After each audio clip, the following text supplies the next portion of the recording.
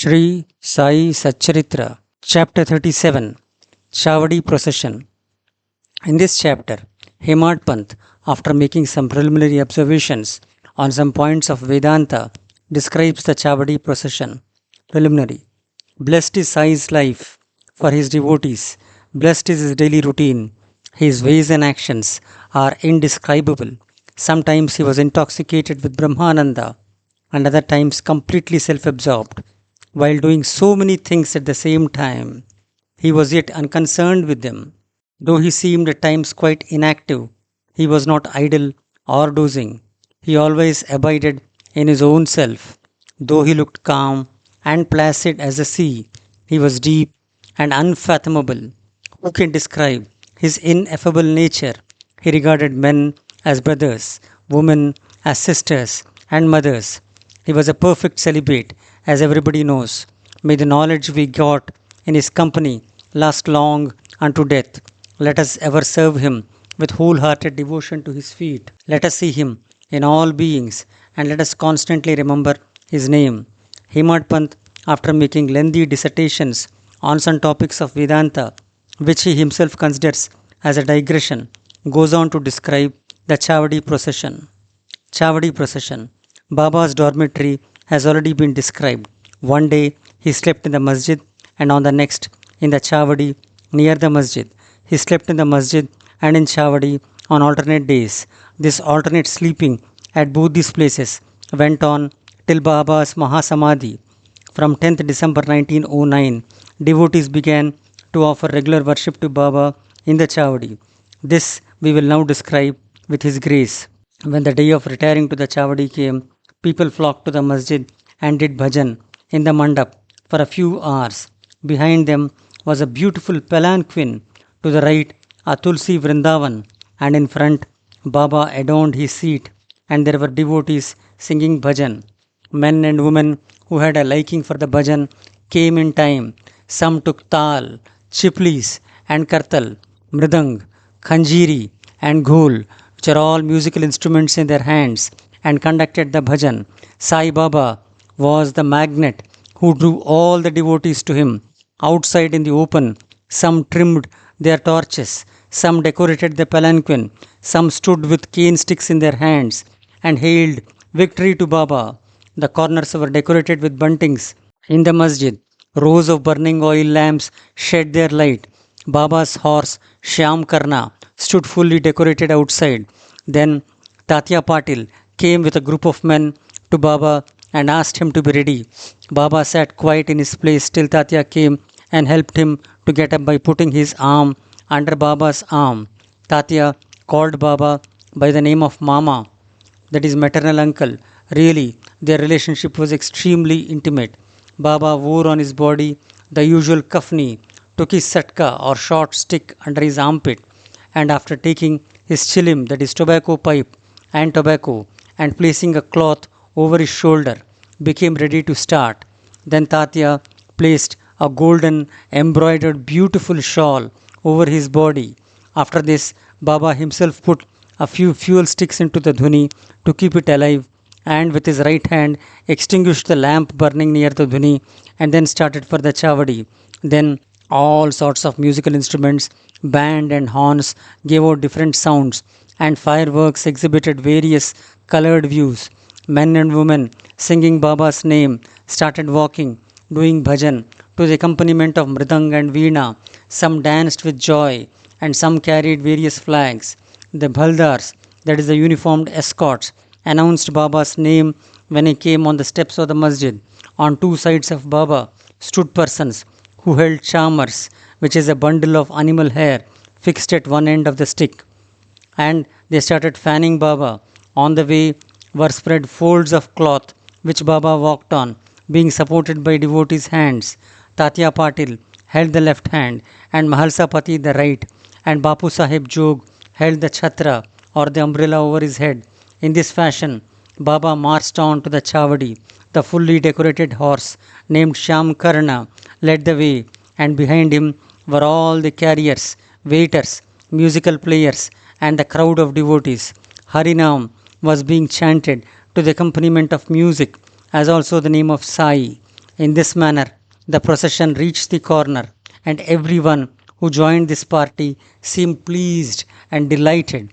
On reaching this corner, Baba stood facing the Chavadi and shone with a peculiar aura. It seemed as if the face of Baba took over the glory of the rising sun. Baba stood there with a concentrated mind, facing the north as if he was signaling something. All the instruments played music while Baba moved his right hand up and down for some time.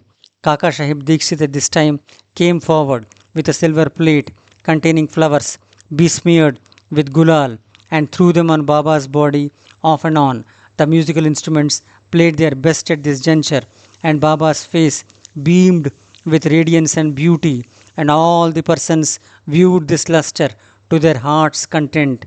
Words fail to describe the splendor of this scene. Sometimes Mahalsapati began to dance as if possessed by some deity, but all were surprised to see that Baba's concentration was least disturbed. With a lantern in his hand, Tatya Patil walked on Baba's left hand side and Bhagat Mahalsapati on the right, holding in his hand the hem of Baba's garment. What a beautiful procession, and what an expression of devotion! To witness this, men and women, poor and rich, flocked there. Baba walked at a very slow pace. Bhaktas followed on both sides with love and devotion, with joy permeating the whole atmosphere of the place. The procession reached the Chavadi. Those days are gone now. Nobody can see them in future, but by remembering and visualizing these sights, we can bring solace and ecstasy to our minds. The Chavadi was also fully decorated with a good white ceiling, mirrors, and many sorts of lamps.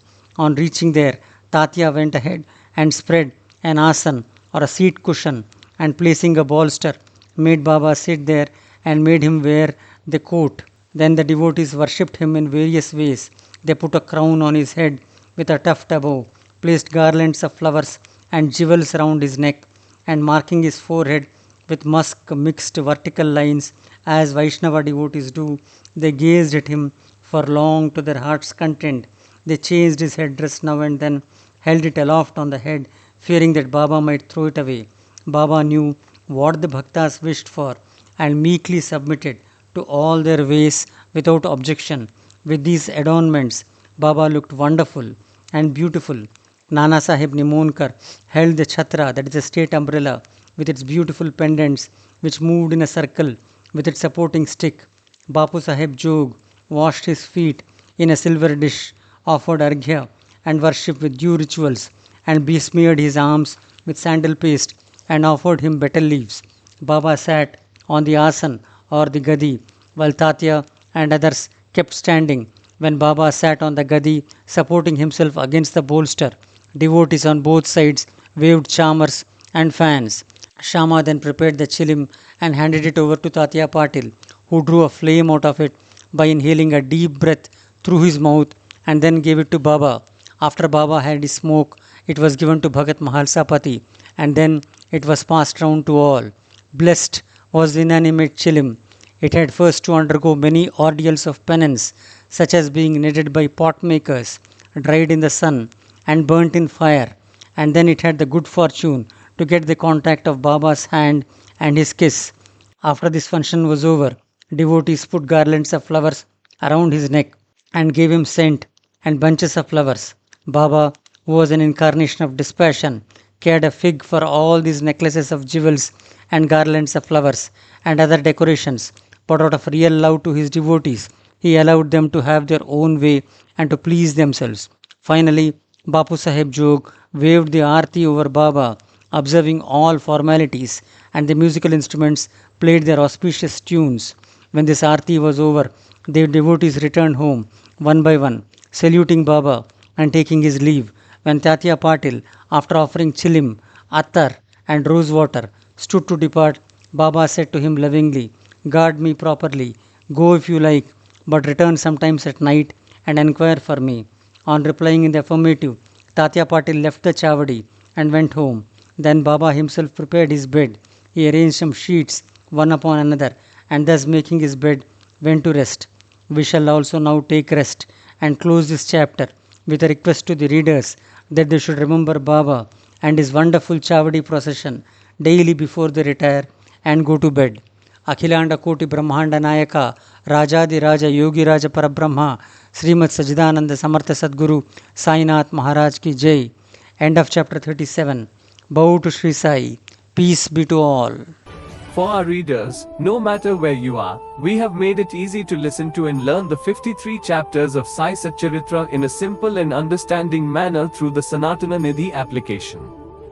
Download the Sanatana Nidhi app and learn about the life of Sai Baba. Additionally, participate in our special quiz program and stand a chance to be winners. After each chapter, take part in the quiz to test your knowledge and win prizes. Join this spiritual journey with your family. Download the Sanatana Nidhi app now, available on Google Play Store and Apple App Store.